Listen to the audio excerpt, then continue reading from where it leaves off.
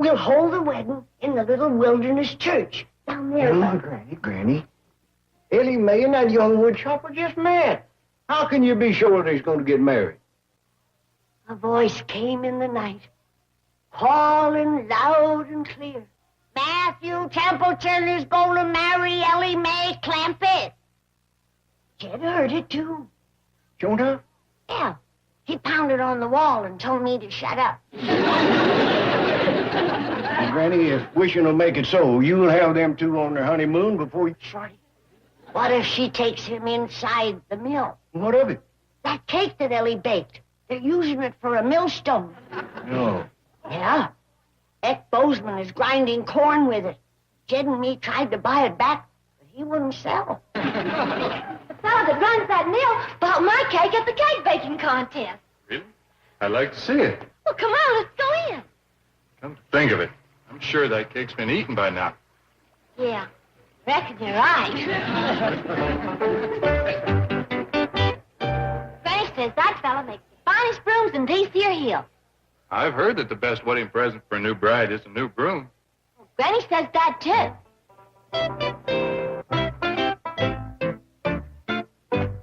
Ain't back yet, Shorty?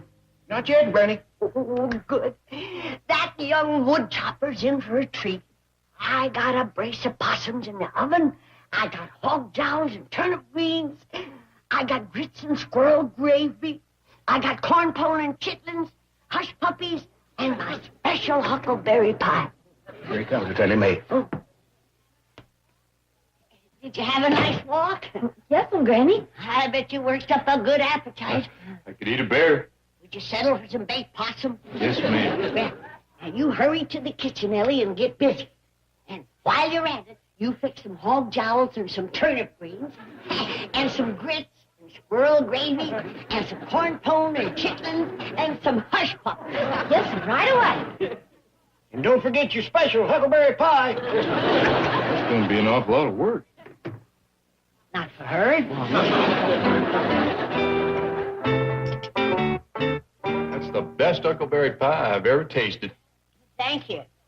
For Ellie, she don't like to take credit for nothing. Oh, gee whiz, Granny, I'd Ellie, clear the dishes, sweetheart, and leave the kitchen spick and span as always. Yes, Granny. What a housekeeper. What a cook. Oh, that was just a snack. Why, she would have fixed more except for all them babies she has to look after. Babies? Oh, not hers. You see, Ellie is so good with young'uns that all the mamas in town who want to go and see the fair leave all their babies with Ellie. I see. Why, she can take care of a dozen babies and make clothes for them at the same time. She loves it so, especially the beautiful material that she weaves herself. What a remarkable girl. She cooks, sews, keeps house, takes care of babies. The fellow that gets her is going to be a mighty lucky man. Speaking of that, Mr. Templeton. Call me Matthew. Speaking of that, Matthew, I'm going to cut right through the rind and get to the milk. Would you be interested in marrying Ellie Mae? Indeed, I would. You know, Miss Hathaway told me that Ellie came back here to look for a husband. And she found him. Well, I'd be proud and honored to be the man who marries her. Long distance all the way from California, Mr. Drysdale. Glad you called, Mr. Drysdale. Send Jed's money right away. Ellie's getting married and she needs a dowry. Ellie's getting married. I sent Miss Hathaway back to to take care of that. Oh, she did. She's the one that found the feller that Ellie's going to marry. Ah! That secretary of yours is a real go-getter. In fact, Miss Jane done so good for Ellie, she's out in the woods now trying to find a man for herself.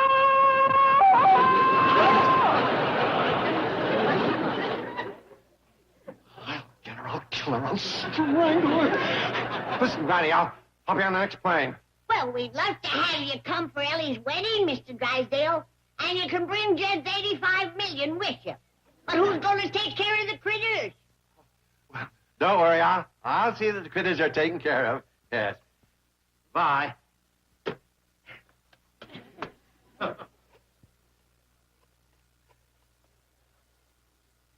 Give me the number of the zoo. I fed those rotten, spoiled animals for the last time. Hello, Fairchild. No, I wasn't talking about you, you sweet, wonderful dear. Well, I love you, too. Would you like some din-din?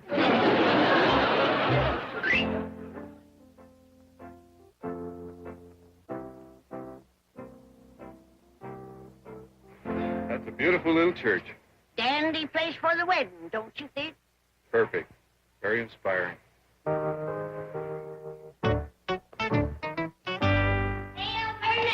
What is it, Granny? I'm very busy with details of the wedding. I suppose you've heard that my daughter's getting married, haven't you, Jethro? Oh, Elverna, this ain't Jethro. This is Matthew Templeton. I thought Jethro had changed. Matthew, this is Elverna Bradshaw. How do you do? Hello? He's the man that's going to marry Ellie Mae. What? Is that true? Yes, ma'am. We've just come from the church where the ceremony's going to be. Is that true? Yes, ma'am. A day or so before your daughter's wedding. Is that true? Sooner the better. What's the matter, Elverna? You look a mite green. No, I'll be all right. I don't believe I've met your future son-in-law. What does he look like?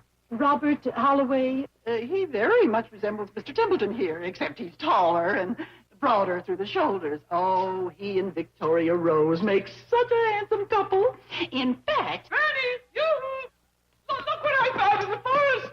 He's no Adonis, but finders keepers. Let go of him.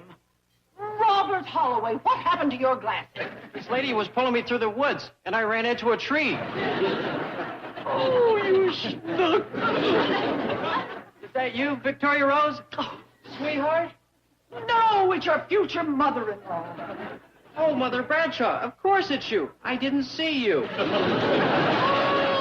Oh, get into the bucket, you nitwit. Oh, of all the humiliating experiences. I'll be the laughingstock of the entire community. Why, Mother Bradshaw? Oh, shut up. Thank you, Mother Bradshaw. To you, too. Yeah.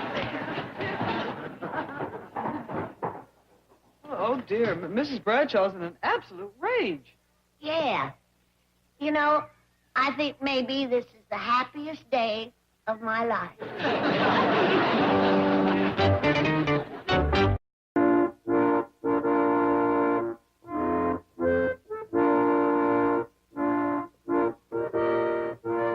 That's it, Jed. Now fetch the bride over to the groom and put her hand in his. And then the preacher says, who's going to give this woman to be wed to this man? And I say I do. Doggone, I wish I was really the groom instead of just standing in for him. Oh, get back on the box, Shorty. We're going to rehearse the wedding again. Hey, Granny, is this all the best man does? Just stand here like a dummy? Yeah, and you do it real good. Well, I gotta get over to Bug Tussle and meet a girl. Who is she, boy? Now that can all wait. He's going to run through the wedding again. Granny, I told Harold Lindsley I was going fishing with him this morning. Now, what's more important, hooking a fish or a husband for Ellie? You done got him hooked. Here he comes now, heading this way. Run upstairs and change, Ellie.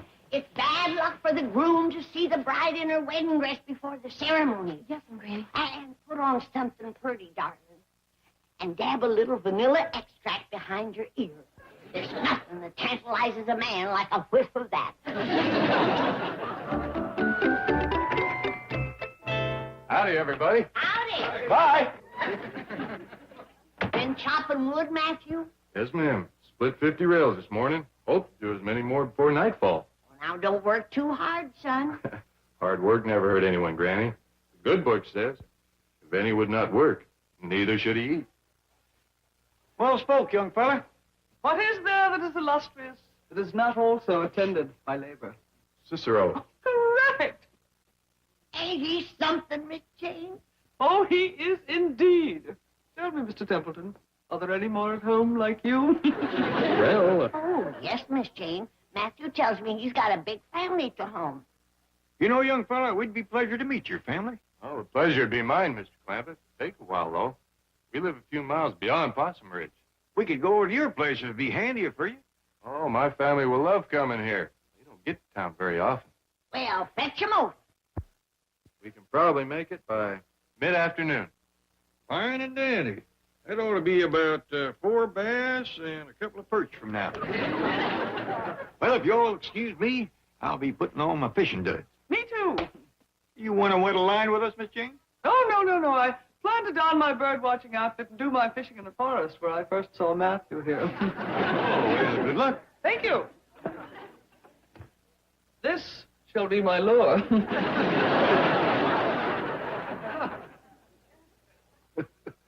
You know, with bait like that, she could go a week without a nibble.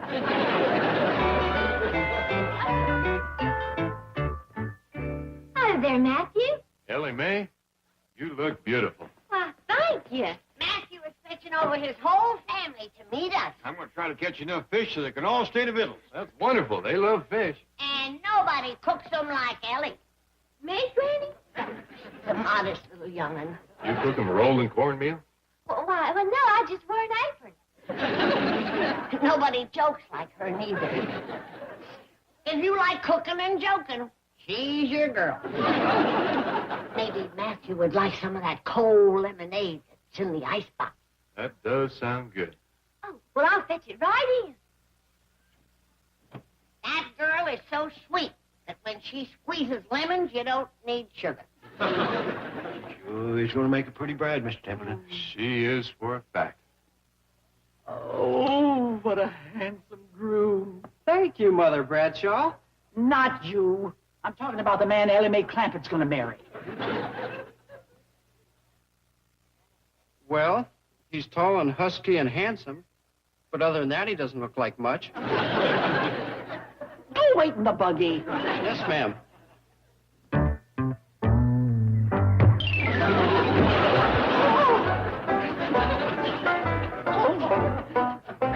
Oh, hello, Granny. Hello, loser. You've met Matthew Templeton, the man that's going to marry Ellie Mae. Yes, hello. How do you do, Mrs. Bradshaw? Pleasure to see you again. Thank you. And I guess you both know him. Oh, yes, your future son-in-law. Shake hands with Mr. Templeton, Mr. Howe. Nice to see you, Mr. Holloway. Thank you. It's nice to see you, too. Quite a difference between them two, ain't they, Alverna? Robert is small, but wiry. Wait in the buggy, Robert, dear. Yes, Mother Bradshaw.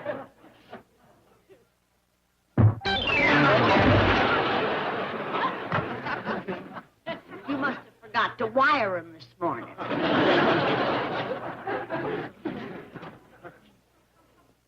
Thank you, Mother Bradshaw. Now I know where Victoria Rose gets her strength.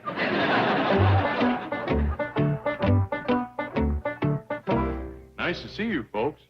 I'll be back this afternoon, Granny. See you later, son. He's fetching over his family to meet us. We're going to discuss the wedding that takes place the night before your daughter's. Granny, dear, about our bet, you know I'm one of your oldest friends. Oh, that's true, Alverna. They's friends I've had longer. But you're the oldest. How cute. But speaking about our silly little bet, it was all in fun, wasn't it? Well, I don't know about you, Alverna, but I'm going to have lots of fun kicking you up that mountain. Howdy, Alverna. Hey, would you like to come over and join us for a fish supper? No, she wouldn't. She's going to be eating crow. Oh, is that your future son-in-law in the buggy yonder? Yes, that's it. You reckon he'd like to go fishing? No, he doesn't fish. Take him along with you anyway, Jed. You can use him for bait. Before I leave here, I want to hear you say something nice and pleasant to Elverna. All right, Jed. Elverna, may good luck follow you all the days of your life. And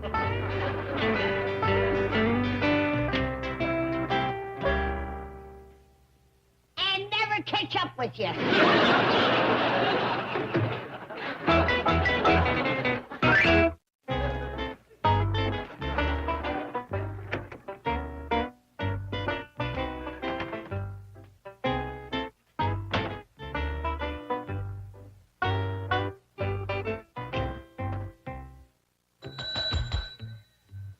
Anybody here?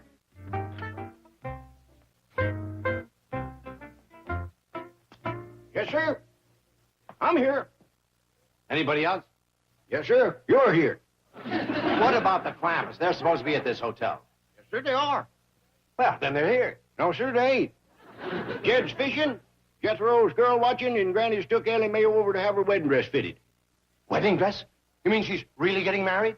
Well, in these parts, a girl don't buy a wedding dress to trap muskrat. Never mind the country humor. I am Milburn Drysdale, and I would like to... You're that banker fella from Beverly Hills. That's right, and I would like... Clampets talk a heap about you. Well, fine. Now, I would like... I hope you fetched along their $85 million. Granny's anxious to get that in the bank of bug tussle for Ellie's dowry. Is that all $85 million, Way? Never mind. Where is the bank of bug tussle? Well, believe it or not, it's in Bug Tussle. Well, where is Bug Tussle? You passed right through it on the way here. Impossible. In 20 miles, I passed one building. That's Bug Tussle. You're joking. No. There's a general store, the bank, the post office, city hall, fire department, funeral parlor, jail, and boat landing. And Granny's going to put $85 million in a bank like that? That's the only bank in the county. Get that horse and buggy back here right away. I'm going to buy it. Burl Stevens wouldn't sell that horse. Why, he raised old bird from a little coal. The bank. I'm going to buy the bank. That's likely to cost you a pretty penny. Les Vining sees a duty-up city feller like you, that price is going sky high. Yes, you're right. Say, have you got any old clothes I can borrow? I've got some work done hanging in the attic. Great. Now, you get that horse and buggy back here. Oh, Burl's halfway home by now, but I might get you a mule or something. Okay, but hurry.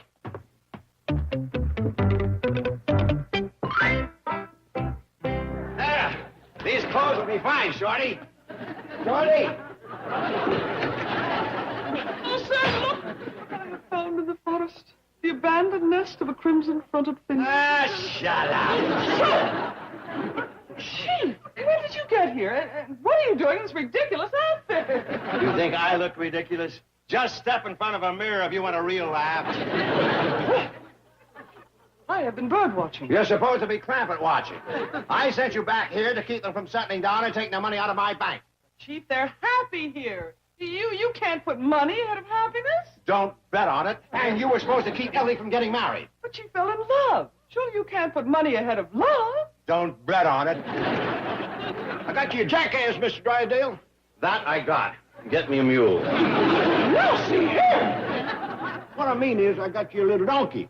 A burro. Oh, good. Will it get me to Bug Tussle and back? Oh, sure. Leroy Cheney's got it saddled up and ready for you out front. Okay. Hey, Chief, why are you going to Bug Tussle? To buy the bank.